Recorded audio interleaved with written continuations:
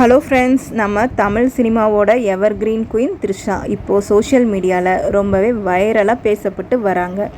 ஆனால் இந்த முறை அது அவங்களோட படத்துக்காக இல்லை, அவங்க போட்ட ஒரு உருக்கமான போஸ்டருக்காகத்தான். சரியான தூக்கம் இல்லை, ரொம்ப டயர்டாக இருக்கேன்னு த்ரிஷா சொன்ன விஷயம் இப்போ பெரிய விவாதத்தையே கிளப்பியிருக்கு. இதுக்கு தளபதி விஜய் சம்மந்தப்பட்ட சர்ச்சைகளும் ஏதாவது சம்மந்தம் இருக்கா? த்ரிஷா உண்மையிலேயே எதனால் இப்படி ஒரு பதிவை போட்டாங்க? இதை பற்றி முழுசாக இந்த வீடியோவில் பார்க்கலாம் வாங்க. முன்கூட்டியே பிறந்தநாள் கொண்டாட்டம் ஏன்? த்ரிஷாவோட பிறந்தநாள் பார்த்திங்கன்னா மே 4 வருது. ஆனால் ஆச்சரியமாக அவங்க தன்னோட நண்பர்களோடு சேர்ந்து ரொம்ப முன்னாடியே பர்த்டே செலிப்ரேஷன் பண்ண ஆரம்பிச்சிட்டாங்க. அந்த ஃபோட்டோஸும் வெளியாகி வைரலும் ஆயிடுச்சு. ஏன் இவ்வளோ சீக்கிரம் கொண்டாடுறாங்கன்னு ரசிகர்கள் கேட்டுட்டு இருந்த நேரத்தில் தான் த்ரிஷாவை சுற்றி சில ரூமர்ஸும் பரவ ஆரம்பிச்சிருச்சு.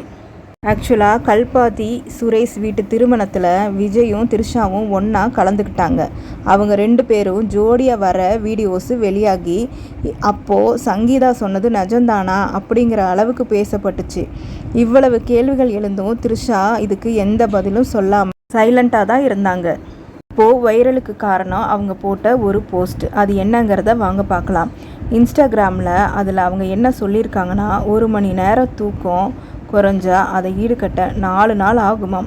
அப்படி பார்த்தா நான் திரும்பவும் ஃப்ரெஷ்ஷாக உணர்றதுக்கு 2062 வருஷம் வர ஆகும் போல் அப்படின்னு கிண்டலாகவும் அதே சமயம் ஒரு வழியோடையும் பதிவிட்டு இருக்காங்க. இதை பார்த்தா ரசிகர்கள் த்ரிஷாவுக்கு இப்போ என்ன மன அழுத்தம், எதனால் அவங்க தூக்கம் கெட்டு போய் இருக்குன்னு கவலைப்பட ஆரம்பிச்சிட்டாங்க. சுற்றி நடக்கிற சர்ச்சைகளால் தான் த்ரிஷா இப்படி ஒரு பதிவை போட்டு இருக்காங்களா, இல்லை வேலைப்பளு காரணமாக என்னன்னே தெரியல. ஆனால் அவங்களோட இந்த போஸ்ட் இப்போது கோலிவுட்டில் ஹாட் டாபிக். நீங்கள் என்ன நினைக்கிறீங்க? த்ரிஷாவோட இந்த நிலைக்கு என்ன காரணமாக இருக்கும்? கமெண்டில் சொல்லுங்கள். வீடியோ பிடிச்சிருந்தா லைக் பண்ணி ஷேர் பண்ணுங்கள், சப்ஸ்கிரைபும் பண்ணிக்கோங்க. அடுத்த வீடியோவில் சந்திக்கலாம். தேங்க்யூ ஃபார் வாட்சிங்.